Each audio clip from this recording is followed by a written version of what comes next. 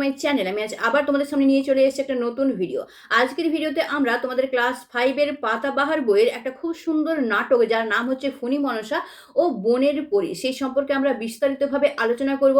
খুব ভালোভাবে আমরা নাটকটিকে বুঝে নেওয়ার চেষ্টা করব, কঠিন শব্দের অর্থও জেনে নেওয়ার চেষ্টা করব এবং তার সাথে সাথে আমরা খুব ভালোভাবে জিনিসটাকে বুঝবো যে এই যে নাটকটা আমরা পড়তে চলেছি এর মধ্যে থেকে আমরা কি শিক্ষা পাচ্ছি। বেসিক্যালি এটা কিন্তু একটা শিক্ষামূলক নাটক, এর থেকে আমরা একটা শিক্ষা পাবো জীবনের।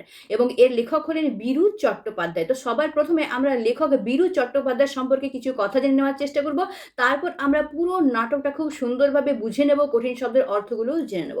তাহলে চলো সবার প্রথমে আমরা বীরু চট্টোপাধ্যায় সম্পর্কে কিছু কথা জেনে নেওয়ার চেষ্টা করি।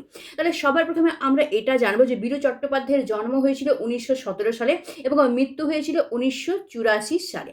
তো উনি বেসিক্যালি শিশু এবং যুবকদের জন্য বিভিন্ন রহস্য, রোমাঞ্চকর নাটক, গল্প এইসব তিনি লিখতেন। তার সাথে সাথে তিনি বিভিন্ন পত্র পত্রিকাতেও লেখালেখি করতেন। আর তিনি জনপ্রিয় ছিলেন বিশেষভাবে বিভিন্ন পত্রিকার লেখক হিসেবেই। এবং তোমরা যে নাটকটা পড়তে চলেছ, যেটার নাম তোমাদের হচ্ছে ফণী মনসা এবং বনের পরী, এই যে নাটকটা এটা উনি যে পত্রিকায় লিখেছিলেন সেটার নাম ছিল শিশু সাথী পত্রিকা। পত্রিকার 43 নম্বর সংখ্যায় বৈশাখ মাসে 1371 বাংলা সালে 1371 এটা প্রকাশিত হয়েছিল। এবার চলো আমরা এই নাটকটি খুব ভালোভাবে বুঝে নেওয়ার চেষ্টা করি। এটা যেহেতু নাটক তাই জন্য এর মধ্যে কতগুলো ক্যারেক্টার রয়েছে সেগুলো তোমরা দেখতে পাবে। তোমাদের যেখানে নামটা লেখা রয়েছে নাটকটা তার নিচে তোমাদের ক্যারেক্টারগুলো দেওয়া রয়েছে। তা দেখে নিই আমরা সবার প্রথমে কোন কোন ক্যারেক্টার এর মধ্যে রয়েছে। দেখো সবার প্রথমে রয়েছে সূত্রধার। সূত্রধার আমরা কাকে বলি? সূত্রধার আমরা তাকেই বলি যে গল্পটা আমাদেরকে বলে বলে দেয় এবং এগিয়ে এগিয়ে দেয়। মানে সে একবার গল্পটা বলবে, তারপর যারা অ্যাক্টিং করার তারা অ্যাক্টিং করবে, আবার তিনি গল্পটা বলে একটু এগিয়ে দেবেন, আবার যারা অ্যাক্টিং করার করবে, এইভাবে তাকে আমরা বলি সূত্রধার। মানে উনি আর কি গল্পটা ধরিয়ে ধরিয়ে দেন এবং এগিয়ে এগিয়ে দেন। নেক্সট কি আছে? ফণী মনসা। তার মানে এই নাটকে এমন একটা ক্যারেক্টার রয়েছে যেটাকে ফণী মনসা সাজতে হবে। হয়তো কেউ আছে যে ফণী মনসা সাজবে, ফণী মনসা গাছের মতো সে ড্রেস পরে নেবে এবং ফণী মনসা গাছ সাজবে। নেক্সট কি আছে? বনের পরী। তাহলে সেরকম ধরনের কেউ একজন গেট আপ করবে যে কিনা বনের পরীর মতো দেখতে লাগবে, সুন্দর করে সে সেইভাবে সাজবে। নেক্সট কি আছে? ডাকাত দল। তার মানে অনেকগুলো লোক থাকবে যারা কিনা ডাকাত দল সাজবে। নেক্সট আছে ঝড়। তাহলে কেউ থাকবে যে কিনা ঝড়ের একটা ক্যারেক্টার করবে। নেক্সট আছে ছাগল, আরেকজনকে থাকতে হবে যে কিনা ছাগলের ক্যারেক্টার করবে। তাহলে এই যে আমরা নাটকটা পড়তে চলেছি এর মধ্যে আমরা এতগুলো ক্যারেক্টার দেখতে পাচ্ছি। এবার চলো আমরা নাটকটাকে খুব ভালোভাবে বুঝে নেওয়ার চেষ্টা করি, কঠিন শব্দের অর্থগুলোকেও জেনে নেওয়ার চেষ্টা করি। তো সবার প্রথমে দেখো আমরা যেটা দেখতে পাচ্ছি, তোমরা কিন্তু অবশ্যই তোমাদের পাঠ্য বইটা একটা পেন, একটা পেন্সিল এবং খাতা সাথে নিয়ে বসবে। যখনই আমার ভিডিও তোমরা দেখতে বসবে এই জিনিসগুলো অবশ্যই সাথে নিয়ে বসবে। এতে কি হবে না, তোমরা খুব ভালোভাবে যেমন পাঠ্য বইটা কাছে থাকলে জিনিসটা বুঝতে পারবে। তার সাথে সাথে আমি যদি কোনো ইম্পর্টেন্ট কথা বলি যেটা তোমাদের মনে হয় যে নোট ডাউন করে রাখার দরকার আছে খাতায়, সেগুলো নোট ডাউন করে নিতে পারবে। সাথে সাথে পেন্সিল দিয়ে তোমরা আন্ডারলাইনও বইয়ের মধ্যে করে নিতে পারবে এবং কঠিন শব্দের যে অর্থগুলো আমি বলতে থাকবো সেগুলো তোমরা বইয়ের মধ্যে আন্ডারলাইন করে সেখানেই লিখে নিতে পারবে। তাহলে এতগুলো বেনিফিট তোমাদের আছে। ওই জন্য আমি বারে বারেই আমার ভিডিওতে বলি যখনই আমার ভিডিও দেখতে বসবে সবসময় তোমাদের পাঠ্য বইটা একটা খাতা, পেন্সিল, পেন নিয়ে বসবে। আমি তোমাদের পাঠ্য বইটার পেজগুলো অবশ্যই লাগিয়ে দেবো স্ক্রিনে, কিন্তু লাগিয়ে দিলেও সেখান থেকে অত ভালোভাবে বোঝা যায় না। তোমরা যদি সামনে বইটাকে রাখো তাহলে সেটা তোমরা খুব ভালোভাবে বুঝতে পারবে। তাহলে চলো এবার আমরা শুরু করি দেরি না করে। দেখো সবার প্রথমে আমরা যেটা দেখতে পাই সেটা হচ্ছে সূত্রধার। আমি যে বললাম সূত্রধার মানে কি, যিনি গল্পটা বলে বলে এগিয়ে এগিয়ে নিয়ে যাবেন। তাহলে উনি প্রথমে একটুখানি আমাদের গল্পটা বলে দেবেন, তারপর আমরা ক্যারেক্টারগুলোকে দেখতে পাবো। তাহলে সূত্রধার এখানে কি বলছেন না, গভীর বন। তার মানে কি, নাটক বেসিক্যালি কোথায় হয় না, স্টেজে হয়।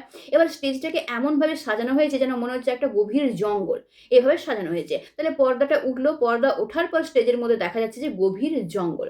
এবার কি, তার ভিতরে ছোট্ট একটি ফণী মনসা গাছ। তাহলে স্টেজের গেট আপটা হচ্ছে জঙ্গলের এবং তার মাঝে কি হয়েছে, একটা গাছকে রাখা হয়েছে যেটা কিনা হচ্ছে ফণী মনসা গাছ। সেটাই হচ্ছে আমাদের এই গল্পের মেন ক্যারেক্টার। তাহলে গাছটির মনে কিন্তু এক ফোঁটাও শান্তি নেই। এবার সূত্রধার গল্পটা বলছেন যে এই যে স্টেজে দেখা যাচ্ছে একটা জঙ্গল রয়েছে, তার মধ্যে ফণী মনসা গাছটা রয়েছে। ফণী মনসা গাছটা খুব দুঃখে আছে, ওর মনে একটুও শান্তি নেই। আশেপাশে গাছেদের সুন্দর সুন্দর পাতা যতই সে দেখে রাগে দুঃখে মন তার রিরি করে ওঠে। তাহলে মনের শান্তি নেই কেন? কারণ কি, ওর নিজের পাতাগুলো ওর পছন্দ নয় এবং আশেপাশের যে গাছগুলো রয়েছে তাদের যে পাতাগুলো রয়েছে সুন্দর সুন্দর, সেইগুলো যখন ও দেখে তখন ওর রাগ হয়, দুঃখ হয় মনের মধ্যে এবং সে কি করে না, রিরি করে ওঠে। এত পরিমাণে ওর রাগ হয়। আর কি বিচ্ছিরি আর সুচলো পাতা তার ভাবে সে। এবার ও মনে মনে নিজের পাতাগুলোকে দেখে ভাবে যে ইস, আমার পাতাগুলো কি বিচ্ছিরি এবং সুচলো সূচলো মতো। তোমরা সকলেই নিশ্চয়ই ফণী মনসা গাছের পাতা দেখে থাকবে, কাজে সেই পাতাগুলো ওই ফণী মনসা গাছের নিজেরই পছন্দ নয়। এবার কি সবসময় কেঁদে কেঁদে আফসোস করে। তো ফণী মনসা সবসময় নিজের পাতার জন্য কেঁদে কেঁদে আফসোস করতে থাকে। এবার ক্যারেক্টার ঢুকলো, ক্যারেক্টার কি এবার ফণী মনসা। এবার ফণী মনসা কি করছে না, ওই যে বলা হলো লাস্টে যে কেঁদে কেঁদে আফসোস করে, তো কিভাবে কাঁদছে সেইটা এখানে দেখানো হয়েছে একটা কবিতার আকারে, এবং সুর করে করে ও কি করবে না কাঁদবে। যেমন কবিতার মতো রয়েছে, গানের মতো করে সুর করে করে ও কি করবে নিজের জন্যই কাঁদবে। তাহলে কি বলছে চলো আমরা এখানে দেখে নিই। তো এই যে একটা প্যারা আমরা এখানে পড়লাম, এখানে আশা করি কোনো কঠিন শব্দ নেই যেটার মানে তোমরা জানো না, আমার যেটা মনে হচ্ছে। এবং তোমাদের যদি মনে হয়ে থাকে যে এখানে এমন কোনো শব্দ রয়েছে যার মানে তোমরা জানো না, আমাকে কমেন্ট করে অবশ্যই জানাবে, আমি তোমাদেরকে কিন্তু সেই মানেটা অবশ্যই বলে দেবো। এবার দেখো এখানে একটা আমরা দেখতে পাচ্ছি ওয়ার্ড কি, বিচ্ছিরি আর সূচলো পাতা। তাহলে বিচ্ছিরি ওয়ার্ডটা হতে পারে, অনেকে হয়তো জানো না। তাহলে বিচ্ছিরি মানে হচ্ছে কুৎসিত, লিখে নিতে পারো তোমরা ওখানে আন্ডারলাইন করে। এবার দেখো পরে আমরা চলে যাই আছে ফণী মনসা। ফণী মনসা আবার কি বলছে, ছি ছি ছি এমন বরাত পাতা সব যেন রে করাত। তাহলে এখানে কি ও বলছে যে ছি ছি ছি এমন বরাত। দেখো এখানে একটা ওয়ার্ড রয়েছে বরাত, বরাত শব্দের অর্থ হচ্ছে ভাগ্য। ঠিক আছে, তাহলে আন্ডারলাইন করে লিখে নাও, বরাত শব্দের অর্থ কি ভাগ্য। তারপর কি বলছে পাতা সব জেনারে করাত। তাহলে করাত আমরা কাকে বলি, করাত আমরা তাকেই বলি যেখানে দেখবে কাট কাটার জন্য একটা অস্ত্র ব্যবহার করা হয়, যেটাকে একবার আগে নিয়ে যাওয়া হয় একবার পিছিয়ে নিয়ে যাওয়া হয়। এভাবে কাট এরকম করলে করলে করলে কি হয়, ধীরে ধীরে ধীরে কাঠটা কেটে যায়, তো ওটাকে বলা হয় করাত। তার মানে কি হবে, করাত শব্দের অর্থ তোমরা কি লিখবে, করাত শব্দের অর্থ তোমরা লিখবে যে কোনো কিছু কাটার একটা যন্ত্র, তাকে বলা হয় করাত।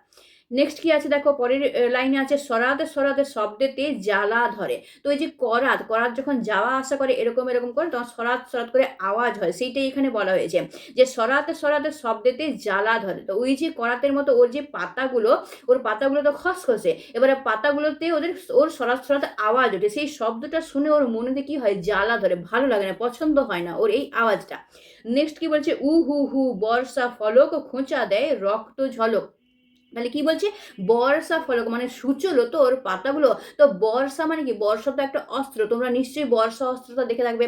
তাহলে বর্ষা অস্ত্রের যে ফলকটা সেটা সূচলো হয়, সামনের অংশটা সূচলো হয়, ওর পাতাগুলো ওরকম সূচলো, সেই জন্য ওর কি মনে হচ্ছে উ হু হু বর্ষা ফলক খোঁচা দেয় রক্ত ঝলক। তার মানে ওই যে সূচলো অংশটা খোঁচা দিলেই কি হবে না, রক্ত বেরিয়ে আসবে।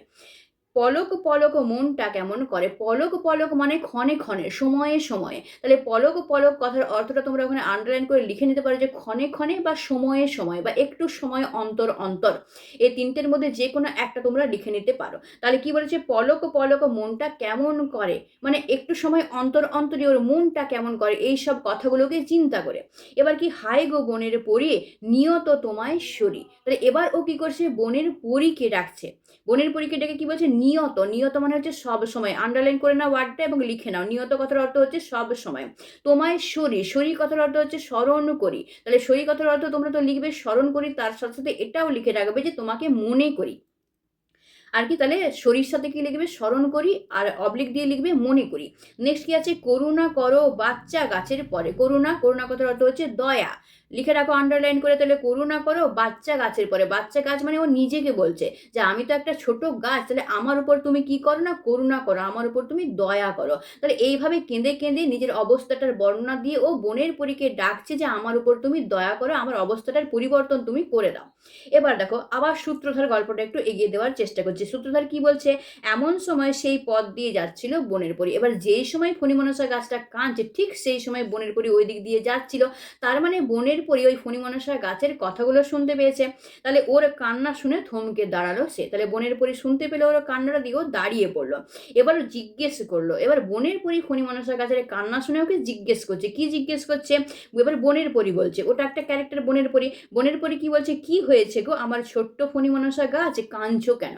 তাহলে ওর কান্না শুনে বনের পরী ওকে জিজ্ঞেস করছে যে তোমার কি অসুবিধা, কি প্রবলেম হয়েছে তোমার, তুমি কেন কাঁদছো। তখন ফণীমনসা কি বলছে, যে তুমি এসেছো বনের পরী, তোমায় পায়ে পড়ি, আমার এই বিতিকিচ্ছিরি পাতাগুলি তুমি পাল্টে দাও। তাহলে ও বনের পরীকে কি বলছে, তোমাকে আমি ডাকলাম আর তুমি সাথে সাথেই চলে আসলে, তুমি যখন আসলে তখন তুমি কি করবে না, তোমার পায়ে পড়ছি আমি, তুমি কি করো না, আমার এই যে পাতাগুলো এগুলোকে পাল্টে দাও। এবার এখানে একটা শব্দ রয়েছে বিতিকিচ্ছিরি, বিতিকিচ্ছিরি কথার অর্থ হচ্ছে কুৎসিত, তোমরা আন্ডারলাইন করে লিখে নাও, বিতিকিচ্ছিরি কথার অর্থ হচ্ছে কুৎসিত। এবার এটা বলা হলো, বলার পরে বনের পরী কি বলছে, বনের পরী বলছে পাতা পাল্টাতে চাও, বেশ কিরকম পাতা চাও তুমি বলো। তাহলে কি বলছে পাল্টাতে চাও মানে কি? পাল্টাতে চাও মানে বদলাতে চাও। তোমরা যদি চাও আন্ডারলাইন করে লিখে নিতে পারো। পাল্টাতে চাও তোমরা আশা করি সকলেই জানো। তাও যদি না জানো তাহলে আন্ডারলাইন করে লিখে নাও যে বদলাতে চাও। তাহলে কি বলছে পাতা পাল্টাতে চাও, তাহলে পাল্টে তো দেবো আমি তোমার পাতাটা, কিন্তু কেমন পাতা চাও? পাল্টে তোমার পাতাটা আমি কেমন বানিয়ে দেবো সেটা জিজ্ঞেস করছে বনের পরী। তখন ফণী মনসা বলছে যে আমায় তুমি খুব সুন্দর সোনার পাতা করে দাও। তাহলে ও কি চাইছে যে আমার পাতাগুলো কেমন করে দাও? না সোনার পাতা করে দাও। এবার বনের পরী বলছে সোনার পাতা, বেশ তথাস্তু। তথাস্তু কথার অর্থ হচ্ছে তোমার কথাটা আমি মেনে নিলাম। ঠিক আছে, তার মানে কি বলছে সোনার পাতা, বেশ তথাস্তু। তথাস্তু বললো বনের পরী, মানে ঠিক আছে তুমি সোনার পাতা চাইছো, আমি তোমাকে সোনার পাতাই করে দেবো। এবার সূত্রধার আবার একটু গল্পটা আমাদের এগিয়ে দিই। সূত্রধার কি বলছে যে বনের পরী এই বলে অদৃশ্য হয়ে গেল। অদৃশ্য কথার অর্থ কি হচ্ছে? না অদৃশ্য কথার অর্থ হচ্ছে গায়েব হয়ে যাওয়া, সেখান থেকে চলে যাওয়া। ঠিক আছে, তাহলে বনের পরী কি করলো? এই কথাটা বলে বলে ওখান থেকে চলে গেল। এবার আর কি আশ্চর্য, সেই মুহূর্তেই বাচ্চা ফণীমনসা গাছের কাটা ভরা পাতা মিলিয়ে গিয়ে সেখানে গজিয়ে উঠল অজস্র ঝলমলে সোনার পাতা। তাহলে কি হলো? ওর যে কাঁটাযুক্ত পাতাগুলো সেগুলো মিলিয়ে গেল। মিলিয়ে গেলে সেই জায়গায় কোন পাতা চলে আসলো? না সোনার পাতা, যেই পাতাটা ও চেয়েছিল। তাহলে এখানে দেখো কতগুলো শব্দ রয়েছে। আশ্চর্য, আশ্চর্য মানে কি? আশ্চর্য কথার অর্থ হচ্ছে অবাক করা। আন্ডারলাইন করে তোমরা লিখে নাও, আশ্চর্য কথার অর্থ হচ্ছে অবাক করা। তাহলে কি বলছে আর কি আশ্চর্য, সেই মুহূর্তে। মুহূর্তে কথার অর্থ কি? ক্ষণে বা সময়ে। আন্ডারলাইন করে লিখে নাও, মুহূর্তে কথার অর্থ হচ্ছে ক্ষণে বা সময়ে। বাচ্চা ফণীমনসা গাছের কাঁটা ভরা পাতা মিলিয়ে গিয়ে সেখানে গজিয়ে উঠলো। গজিয়ে উঠলো মানে কি? বেরোলো, বের হলো। ওখানে আন্ডারলাইন করে লিখে নাও, গজিয়ে উঠলো মানে বের হলো। গজিয়ে উঠলো অজস্র। অজস্র মানে কি? যেটা গোনা যায় না। আন্ডারলাইন করে লিখে নাও, অজস্র কথার অর্থ হচ্ছে যা গোনা যায় না। তাহলে অজস্র ঝলমলে সোনার পাতা। তাহলে কি হলো? না ঝলমলে সোনার পাতা। ঝলমলে কথার অর্থ তোমরা সকলে জানো, যেগুলো চকচক করে সেগুলোকে ঝলমলে বলা হয়। যদি না জানো লিখে নাও, আন্ডারলাইন করে, ঝলমলে মানে হচ্ছে চকচক করে এমন। ঠিক আছে, ঝলমলে কথার অর্থ হচ্ছে চকচক করে এমন। তাহলে তোমরা আন্ডারলাইন করে লিখে নাও। এবার কি না বাচ্চা গাছটি তো মহা খুশি, এবার যা চেয়েছিল তাই তো পেয়ে গেল। তো খুব খুশি হয়ে গেছে এবারও। এবার কি আনন্দে ডগমগ। ডগমগ মানে হচ্ছে খুব বেশি আনন্দ, অনেক বেশি আনন্দকে ডগমগ বলা হচ্ছে। এমন সময় সেখানে এসে উপস্থিত হলো কানে জবা ফুল গোঁজা বাবরিওয়ালা একদল ডাকাত। তাহলে যেই ওর সোনার পাতা হয়ে গেল তখন ওখানে কে চলে এলো? একটা ডাকাতের দল চলে এলো। এবার ডাকাতের দলের কি আছে? না জবা ফুল গোঁজা আছে কানের মধ্যে, আর কি আছে ওদের? বাবরি চুল। বাবরি চুল কাকে বলা হয়? যে কাঁধ অব্দি যে চুলগুলো থাকে। আগেকার দিনের ডাকাতদের যদি তোমরা দেখো টিভিতে বা ফোনের মধ্যে, যদি তোমরা দেখো তাহলে দেখবে যে ওদের এতটা এতটা চুল থাকতো। ওই চুলগুলোকে বাবরি চুল বলা হতো। তাহলে বাবরি চুল কথার অর্থ কি? ওটা আন্ডারলাইন করে লিখে নাও যে কাঁধ অবধি চুল। ঠিক আছে, তাহলে ওখানে কি চলে আসলো? তাহলে একদল ডাকাত চলে আসলো। এবার ডাকাত দল এসে বলে কি বলছে দেখো। ডাকাত দল সুরে সুরেই বলছে, কি বলছে? হারে রে হারে রে হারে রে হারে রে, লুটে পুটে খাই বারেক ধরিব জারে রে, মোদের সঙ্গে শক্তিতে কে বা পারে রে। তাহলে কি বলছে? ওরা হারে রে ডাকাতরা হারে রে করেই আসে। আগেকার দিনে যে ডাকাতরা আসতো হারে রে করে, ওরা আওয়াজ করে করে সবাইকে জানিয়েই আসতো। দিয়ে বলছে লুটে পুটে খাই। লুটে পুটে মানে কি? সবাইকে নিয়ে নি, যা থাকে যার কাছে যা থাকে সব আমরা লুট করে নিই, খাই। বারেক ধরিব জারের মানে যাকেই ধরতে পাবো তাকেই আমরা লুটে নেব। আর কি মোদের সঙ্গে শক্তিতে কে বা পারে? মোদের মানে আমাদের। আন্ডারলাইন করে তোমরা লিখে নাও, মোদের মানে হচ্ছে আমাদের। তাহলে আমাদের সঙ্গে শক্তিতে কে পারবে? এইবার কি সূত্রধার আবার গল্পটা একটু এগিয়ে দিচ্ছেন। কি বলছেন? না সহসা সেই জোয়ান ডাকাত দলের নজরে পড়লো সোনার পাতা ভরা ছোট্ট ফণীমনসা গাছটির দিকে। এবার যেই ওরা এই কথাগুলো বললো সাথে সাথে তাদের নজরটা কোথায় পড়ে গেল? ওই ফণীমনসা গাছের উপরে। কেন কি? ফণীমনসা গাছের পাতাগুলো চকচক করছিল, সেগুলো সোনার পাতা ছিল। এবার ডাকাতের দল তো লুটতেই তো আসে, সেই চকচক জিনিসটা দেখে সেই দিকে ওদের নজরটা পড়লো, দেখলো এগুলো তো সোনার পাতা। তাহলে এখানে দেখো সহসা। সহসা কথার অর্থ হচ্ছে হঠাৎ। আন্ডারলাইন করে লিখে নাও, সহসা কথার অর্থ হচ্ছে হঠাৎ। সেই জোয়ান ডাকাত দলের নজর পড়লো সোনার পাতা ভরা ছোট্ট ফণীমনসা গাছটির দিকে। হলো জোয়ান। জোয়ান কথার অর্থ হচ্ছে কি? যুবক। আন্ডারলাইন করে লিখে নাও, জোয়ান কথার অর্থ হচ্ছে যুবক। তাহলে কি হলো? না ওইদিকে নজরটা পড়লো। এবার ডাকাত দল আবার বলছে সুরে সুরে, কি বলছে? যে আরে রে আরে রে আরে রে আরে রে, গাছটা নুয়েছে সোনার পাতার ভারে রে। নুয়েছে কথার অর্থ কি? নুয়েছে কথার অর্থ হচ্ছে ঝুঁকে পড়েছে। তাহলে আন্ডারলাইন করে লিখে নাও, নুয়েছে কথার অর্থ হচ্ছে ঝুঁকে পড়েছে। তাহলে ওরা কি বলছে? সোনার পাতায় গাছটা তো পুরো ঝুঁকে পড়েছে, ছিঁড়ে ছিঁড়ে নিয়ে বড়লোক হয়ে যা রে রে। আমি বলছি তাহলে সোনার পাতাগুলো আমরা ছিঁড়ে নিই, ছিঁড়ে নিয়ে কি হবো? আমরা সোনার পাতা তো, সোনার খুব দাম হয় তো, তাহলে ও তো দামি জিনিস, তাহলে আমরা কি হবো? এর সাহায্যে বড়লোক হয়ে যাবো। হারে রে হারে রে হারে রে হারে রে। হলো, তাহলে এটা ডাকাত দলরা বললো যে সোনার পাতা রয়েছে, তাহলে এগুলো ছিঁড়ে নিয়ে আমরা বড়লোক হয়ে যাবো। এবার সূত্রধর আবার বলছেন, কি বলছেন? বলতে দেরি আছে কিন্তু নিতে দেরি নেই, বলার সাথে সাথে ওরা কি করেছে? ফণীমনসা গাছের পাতাগুলো ছিঁড়ে ছিঁড়ে নিয়ে নিয়েছে। নিমেষের মধ্যে ডাকাতেরা সব সোনার পাতা ছিঁড়ে নিয়ে পোটোলা বেঁধে ওকে একেবারে ন্যাড়া করে রেখে গেল। তাহলে নিমেষের মধ্যে মানে ক্ষণিকের মধ্যে, আন্ডারলাইন করে লিখে নাও, নিমেষের মধ্যে মানে ক্ষণিকের মধ্যে ডাকাত দল কি করলো, সোনার পাতাগুলো ছিঁড়ে নিয়ে পোটলা বেঁধে, পোটলা বেঁধে, পোটলা আমরা কাকে বলি না, কাপড়ের মুড়ানো কোনো একটা বান্ডিলকে আমরা পোটলা বলি। তাহলে পোটলা বেঁধে ওকে একেবারে ন্যাড়া করে দিয়ে চলে গেল। এবার আর তক্ষুনি কান্নায় ভেঙে পড়লো ছোট্ট ফণিমনসা গাছ। এবার পাতাগুলো তো ছিঁড়ে নিয়ে চলে গেছে, ছোট্ট ফণিমনসা আবার কাঁদতে শুরু করেছে, এবার পাতাগুলো নিয়ে চলে গেছে। হলো, এবার ফণিমনসা তাহলে কাঁদছে কেমন করে, দেখো সুরে সুরেই কাঁদছে, কেমন করে কাঁদছে, আহা হা উহু হু ওহো হো, আহা হা ব্যথায় মরি, হায় গোবনের পরি, আবারও তোমায় সরি, করুণা করি বাঁচাও এসে মরে। তাহলে পাতাগুলো ছিঁড়ে নিয়েছে, ওর ব্যথা লাগছে, তো এবারে ব্যথা লাগছে বলে আহা উহু করছে, আহা উহু করে আবার সেই বনের পরীকেই সে ডাকছে যে তুমি কি করো না, দয়া করে আমাকে এসে বাঁচাও। দেখো এখানে করুণা আছে, সরি আছে, এটা আমি আগেই বলে দিয়েছিলাম, মানেগুলো তোমরা আশা করে লিখে নিয়েছো, আর লিখে নেওয়ার দরকার নেই। এবার দেখো বনের পরী আবার এসেছে, বনের পরী এসে বলছে আবার কি হলো গো তোমার ছোট্ট মেয়ে, জিজ্ঞেস করছে যে ছোট্ট মেয়ে তোমার আবার কি হলো। এই ফণিমনসা কান্না ভরা কণ্ঠে বলছে, দেখো দেখো বনের পরী, চেয়ে দেখো ডাকাতেরা আমার কি হাল করে রেখে গেছে। তাহলে হাল কথার অর্থ কি, হাল কথার অর্থ হচ্ছে অবস্থা, আন্ডারলাইন করে লিখে নাও, হাল কথার অর্থ হচ্ছে অবস্থা। তাহলে ও বনের পরীকে বলছে দেখো ডাকাত দল আমার কি অবস্থা করে রেখে গেল, সোনার পাতা আর চাই না। বনের পরীকে বলছে বাবা আমার সোনার পাতা ছিল বলে তো ডাকাত দলটা নিয়ে চলে গেল, আমার আর সোনার পাতা চাই না। তখন বনের পরী বলছে তাহলে তুমি কি চাও। এবার আমরা চলে যাই পরের পেজে। তখন ফণিমনসা বলছে যে এবার তুমি আমায় কাঁচের পাতা করে দাও। তাহলে সোনার পাতা যেহেতু চুরি করে নিয়ে যাচ্ছে, কাঁচের তো অত দাম নেই, তাহলে ভাবছি কাঁচের পাতা যদি নিই তাহলে আর কেউ চুরি করে নেবে না, তাহলে তুমি কি দাও আমাকে না, কাঁচের পাতা দিয়ে দাও। তাহলে বনের পরী বলছে কাঁচের পাতা, বেশ তথাস্তু। বনের পরী বলছে ঠিক আছে, কাঁচের পাতা চাইছো তাহলে আমি তোমার কাঁচের পাতাই দিয়ে দিচ্ছি। তখন সূত্রধর আবার গল্পটা একটু এগিয়ে দিচ্ছেন, উনি কি বলছেন, যা বন পরী অদৃশ্য হবার সঙ্গে সঙ্গে ছোট্ট ছোট্ট কাঁচের পাতায় ঝলমলিয়ে উঠলো ফণিমনসা গাছের সারা অঙ্গ। এখান থেকে একটা ওয়ার্ড রয়েছে অঙ্গ, অঙ্গ কথার অর্থ হচ্ছে দেহ, লিখে নাও আন্ডারলাইন করে তোমরা। বাকি আর এখানে কোনো সেরকম কঠিন শব্দ নেই। তাহলে বনের পরী অদৃশ্য হয়ে গেল, অদৃশ্য হওয়ার সাথে সাথে কি হলো, ওর কাঁচের পাতা আবার বেরিয়ে চলে আসলো। সেই কাঁচের পাতার উপর সূর্যের কিরণ পড়ে রামধনু রং ঝিকিমিকি খেতে লাগলো। এবার কাঁচের পাতা তো, ওর মধ্যে কি হচ্ছে, সূর্যের কিরণটা পড়ছে, এবার সূর্যের কিরণ বিচ্ছুরিত হয়ে রামধনুর 7টা রঙে ছড়িয়ে পড়ছে চারিদিকে, সুন্দর লাগছে দেখতে। মৃদুমন্দ বাতাসের দোলা লেগে সুমধুর টুংটাং শব্দ হতে লাগলো। এবার কাঁচের তো, কাঁচটা একটা একটা পাতা অন্য পাতার সাথে যখন লাগছে, টাচ হচ্ছে, তখন কি হচ্ছে, টুংটাং করে আওয়াজ হচ্ছে। দেখো এখানে একটা ওয়ার্ড রয়েছে মৃদুমন্দ, মৃদুমন্দ কথার অর্থ হচ্ছে হালকা। তাহলে আন্ডারলাইন করে তোমরা লিখে না মৃদুমন্দ, মৃদুমন্দ কথার অর্থ হচ্ছে হালকা। তাহলে মৃদুমন্দ বাতাসের দোলা লেগে সুমধুর, সুমধুর কথার অর্থ কি, সুমধুর কথার অর্থ হচ্ছে শুনতে যেটা মধুর, শুনতে শুনতে যেটা ভালো লাগে। তাহলে আন্ডারলাইন করে লিখে না সুমধুর কথার অর্থ কি, সুমধুর কথার অর্থ হচ্ছে যেটা শুনতে মধুর লাগে। তাহলে টুংটাং শব্দ হচ্ছে, কিন্তু এমন সময় আকাশ দিয়ে ধেয়ে এলো দুর্দান্ত ঝড়। দুর্দান্ত মানে কি, দুর্দান্ত মানে হচ্ছে এলো পাথারি, মানে যেটা খুব বেগে বয়, দ্রুত, দ্রুতটাও লিখতে পারো, দুর্দান্ত কথার অর্থ দ্রুত লিখতেও পারো। তাহলে কি হলো, হঠাৎ করে কি চলে আসলো না, ওখানে ঝড় চলে আসলো।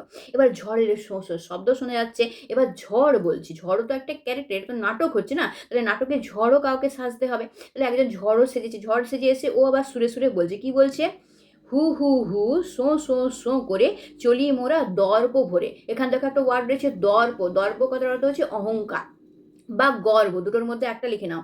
এবার হচ্ছে পবনের দুষ্টু ছেলে মোরা গো। পবন মানে কি, পবন মানে হচ্ছে হাওয়া। তোমরা হাওয়া বা বাতাসের সমার্থক শব্দতে পবন কথাটা নিশ্চয়ই পড়ে থাকবে। তাহলে পবনে কি লিখে নাও, বাতাস লিখে নাও অথবা হাওয়া লিখে নাও, আন্ডারলাইন করে মানেটা তোমরা ওখানে লিখে নাও। তাহলে পবনের দুষ্টু ছেলে মোরা গো, পথ পথ পথ ওড়াই পাতা, তার মানে আমরা কি করি, পাতাগুলোকে উড়িয়ে নিয়ে চলে যাই। মট মট মট ভাঙি মাথা, তাহলে কি হয়, গাছের ডালগুলোকে, গাছের মাথাগুলোকে আমরা মটমট করে ভেঙে দিই। তোমরাও দেখবে খুব প্রচণ্ড বেগে যদি ঝড় আসে তখন দেখবে গাছের ডাল ভেঙে যায়। এবার কি হচ্ছে, ছোট্ট বড় গাছের আগা গোড়া গো, সো সো হু হু মট মট ঝনঝন। তাহলে আমরা কি ভাঙছি, ছোট বড় গাছের আগা গোড়া। আগা গোড়া মানে কি, আগা কোনটাকে বলি, গোড়া কোনটাকে বলি, গোড়া নিচের অংশটাকে বলি, আর আগা ওপরের অংশটাকে বলি। তাহলে কখনো ওপরটাও ভেঙে যায়, কখনো আবার নিচটাও শিকড় শুদ্ধ উপরে দিয়ে চলে যায়। তাহলে যে কোনো একটা জায়গায় কিন্তু ঝড় ভেঙে দিতে পারে। ওলট পালট করি যে মোরা, এই তো মোদের পণ। তাহলে ঝড়ের কাজ কি, সব জিনিসকে ওলট পালট করে দেওয়া। তাহলে ও বলছে ওটাই আমাদের পণ, পণ মানে প্রতিজ্ঞা, ওখানে আন্ডারলাইন করে লিখে না, পণ কথার অর্থ হচ্ছে প্রতিজ্ঞা।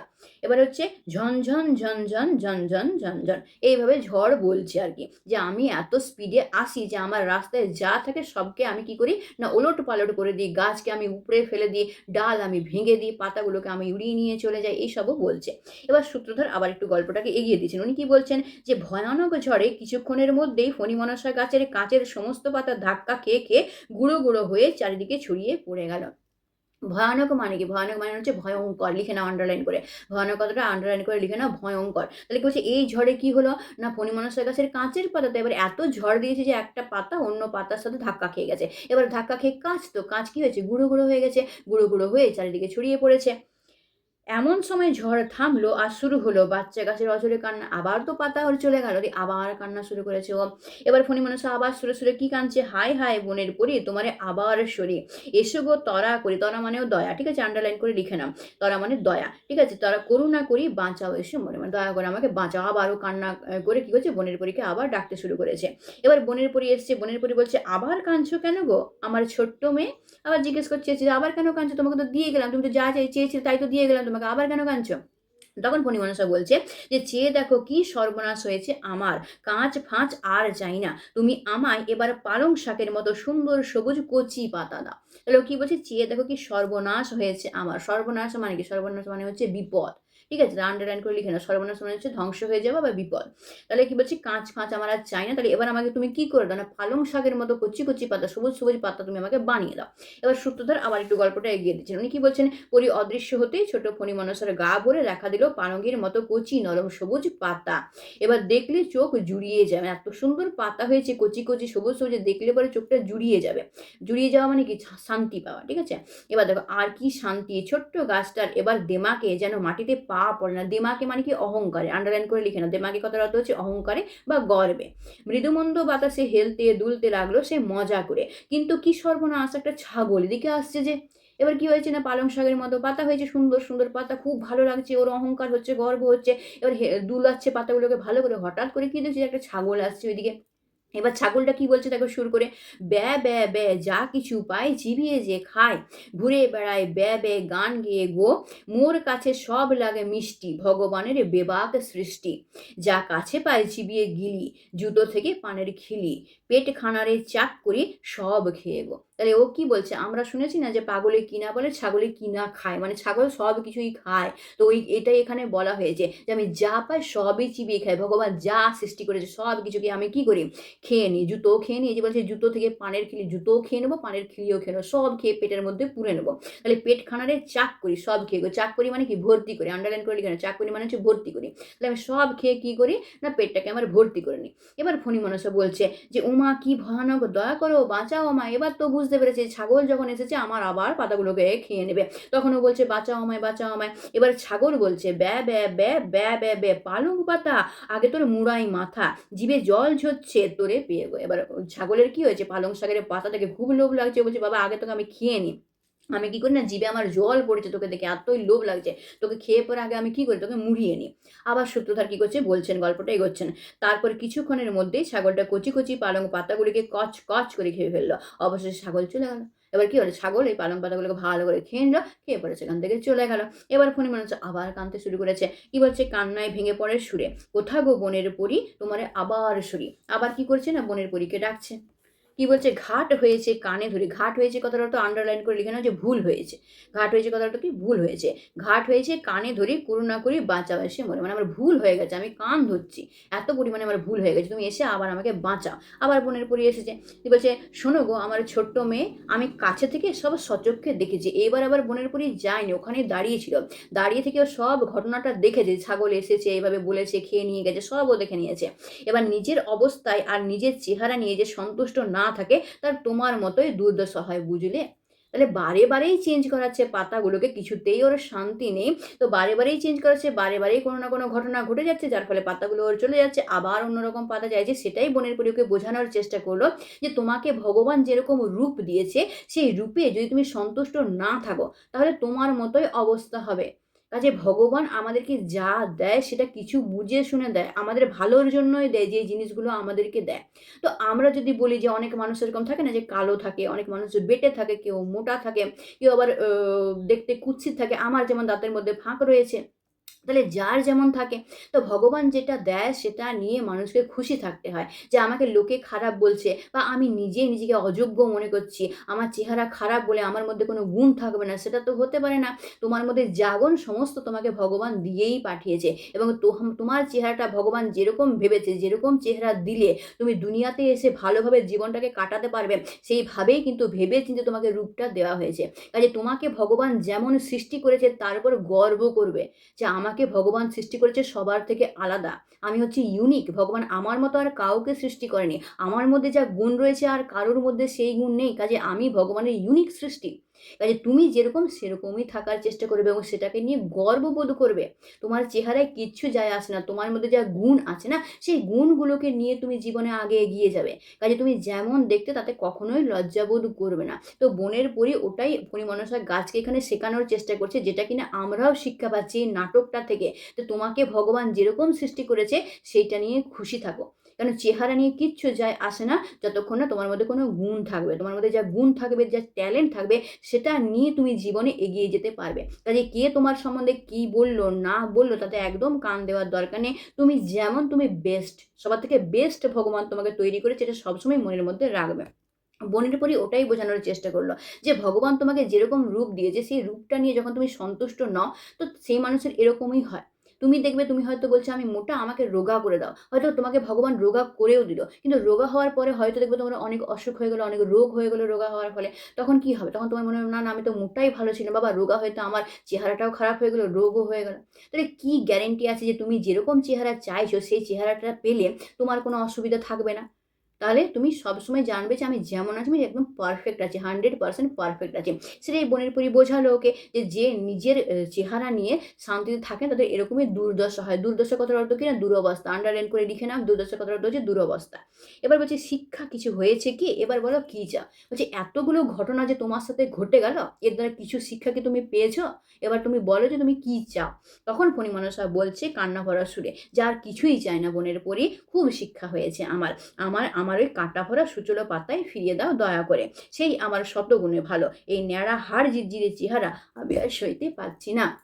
তাহলে যে ফণী মনসা গাছকে ওই চেহারাটা দিয়েছিল, সূচলো কাঁটা ভরা পাতাগুলো কেন দিয়েছিল? যে ওই কাঁটা ভরা পাতা থাকলে কোনো অ্যানিমেল ওকে খেতে পারবে না, তাহলে ও মরতে পারবে না। এই যে কাঁটা ভরা পাতাগুলো সরিয়ে দিল, কখনো ডাকাত ওকে নিয়ে গেল, কখনো ভেঙেই গেল কাঁচের পাতাগুলো, কখনো আবার ছাগল মুড়িয়ে খেয়ে ফেললো। তাহলে বিপদের পর বিপদ। তো ভগবান তো কিছু ভেবে চিন্তে ফণী মনসা গাছকে ওইগুলো দিয়েছে যে কাঁটা ভরা থাকলে কোনো অ্যানিমেল তোমাকে খেতে পারবে না, তোমার কোনো ক্ষতি হবে না। তাই তো? তাহলে সেইটা নিয়ে কি হবে না, ওকে সন্তুষ্ট থাকা উচিত ছিল। এবার কি হচ্ছে, বারে, বারে মুড়ি নিচ্ছে, এক তো ব্যথাও পাচ্ছে, তার সাথে, সাথে কি হচ্ছে, যেই পাতাগুলো আসছে সেগুলো চলেও তো যাচ্ছে। কাজে ওর দুর্দশার শেষ নেই। ওইজন্য যেরকম ভগবান চেহারা দেয় সেটা নিয়ে সন্তুষ্ট সবসময় থাকতে হয়। এবার বনের পরী কি বলছে, এই তো সুবুদ্ধি হয়েছে। সুবুদ্ধি মানে কি? ভালো বুদ্ধি। আন্ডারলাইন করে লিখে নাও। সুবুদ্ধি কথার অর্থ হচ্ছে ভালো বুদ্ধি। সুবুদ্ধি হয়েছে তোমার, বেশ তাই হোক তথাস্তু। তখন বলে ঠিক আছে, এবার যখন তুমি বুঝেই গেছো জিনিসটা যে তোমার যা চেহারা ভগবান দিয়েছিল সেটাই তোমার ভালো ছিল, তাতে তোমার কোনো বিপদ হতো না। যখন বুঝে গেছো খুব ভালো কথা, তাহলে আমি তোমাকে সেটাই ফিরিয়ে দিচ্ছি। এবার সূত্রধার বলছেন যে দেখতে দেখতে ফণী মনসার গায়ে তার নিজের রস ভরা মোটা পাতা হয়ে গেল, আর কখনো এসে মিছে বাইকান্না করেনি। এবার ভালো শিক্ষা হয়ে গেছে ওর। আর কখনো ও নিজের রূপ নিয়ে বলেও না যে আমার খারাপ রূপ, আমাকে চেঞ্জ করে দাও, কান্নাও করে না, কখনো বায়নাও সে করে না। তার মানে কি হলো না, এটা থেকে আমরা কি শিক্ষা পেলাম? আমি খুব ভালোভাবে তোমাদেরকে বুঝিয়ে দিলাম যে কি শিক্ষা পেলাম এটা থেকে, যে ভগবান আমাদের যেরকম সৃষ্টি করেছে, ভগবান কিছু ভেবে চিন্তে সৃষ্টি করেছে, আমাদেরকে ইউনিক সৃষ্টি করেছে। তাই যেমন সৃষ্টি করেছে সেটা নিয়ে সবসময় সন্তুষ্ট থাকতে হয়, সবসময় ভাবতে হয় যে ভগবান আমাকে যেরকম সৃষ্টি করেছে সেটা 100% পারফেক্ট, মানে আমি হচ্ছে 100% পারফেক্ট একটা মানুষ। এইটা চিন্তা করে সবসময় লাইফে এগিয়ে যাওয়ার চেষ্টা করতে, তাহলে দেখবে তুমি কোনো ডিমোটিভেট হবে না, ডিপ্রেসড হবে না, ভালোভাবে জীবনে এগিয়ে যেতে পারবে। তাহলে আশা করি তোমরা খুব ভালোভাবে নাটকটা বুঝে গেছো এবং কঠিন শব্দের অর্থগুলো আমি তোমাদেরকে বলে দিয়েছি আমার অনুযায়ী। এবং তোমার যদি মনে হচ্ছে যে তুমি কোনো জায়গাটা বুঝতে পারোনি বা কোনো কঠিন শব্দের অর্থ, কোনো একটা শব্দ এমন যে তোমার জন্য কঠিন মনে হচ্ছে, তুমি হয়তো অর্থটা বুঝতে পারছো না, আমাকে কমেন্ট করে জানাবে। আমি অবশ্যই তোমাকে সেই অর্থটা বলে দেওয়ার চেষ্টা করবো। তার সাথে সাথে এই নাটকের কোনো একটা অংশ বা কোনো একটা লাইন যদি তুমি না বুঝতে পারো সেটাও আমাকে কমেন্ট করে জানাবে। আমি অবশ্যই তোমার প্রবলেমকে সলভ করার চেষ্টা করবো। আগে আমি তোমার প্রবলেমকে সলভ করবো, তবেই কিন্তু আমি আগের দিকে এগিয়ে যাবো। তাহলে আশা করি খুব ভালোভাবে তোমরা এটা বুঝে গেছো। এবার এবার তোমাদের কাজ কি হচ্ছে এরপর তোমাদের কাজ হচ্ছে খুব ভালো করে বুঝে বুঝে গল্পটা 4 থেকে 5 বার রিডিং পড়া। আমি আমার প্রত্যেকটা ভিডিওতে বলি যে কোনো গল্প, যে কোনো কবিতা তোমার শুধু এরকমভাবে পড়লেই হবে না বা কারোর থেকে শুনে নিলেই হবে না। সেটা তোমাকে নিজেকে রিডিং পড়তে হবে এবং বুঝে বুঝে পড়তে হবে এবং প্রায় 4 থেকে 5 বার পড়তে হবে। যদি কবিতা হয় কবির নাম সহ, যদি গল্প বা নাটক হয় তাহলে লেখকের নাম সহ তোমাকে কিন্তু এগুলো পড়তে হবে। লেখকের নাম, কবির নাম অবশ্যই কিন্তু তোমাকে মনে রাখতে হবে, কারণ এটা তোমাদের এক্সামে আসে। তাহলে তোমার এরপরের কাজ হচ্ছে তুমি 4 থেকে 5 বার এই নাটকটা খুব ভালো করে বুঝে বুঝে পড়বে। বুঝে বুঝে কেন বলছি? কেন কোনো জায়গায় তুমি বুঝে বুঝে পড়তে গিয়ে যদি তোমার মনে হচ্ছে বুঝতে পারছি না, তৎক্ষণাৎ আমাকে কমেন্ট করে জানাবে। আমি তোমাকে কিন্তু সেটা বুঝিয়ে দেওয়ার চেষ্টা করব। কাজেই এরপরে তোমার কাজ হচ্ছে এটাকে খুব ভালোভাবে বুঝে নেওয়া এবং বুঝে নেওয়ার পরে এরপরের ভিডিওতে আমরা কি করব? অনুশীলনের প্রশ্ন উত্তর সলভ করব।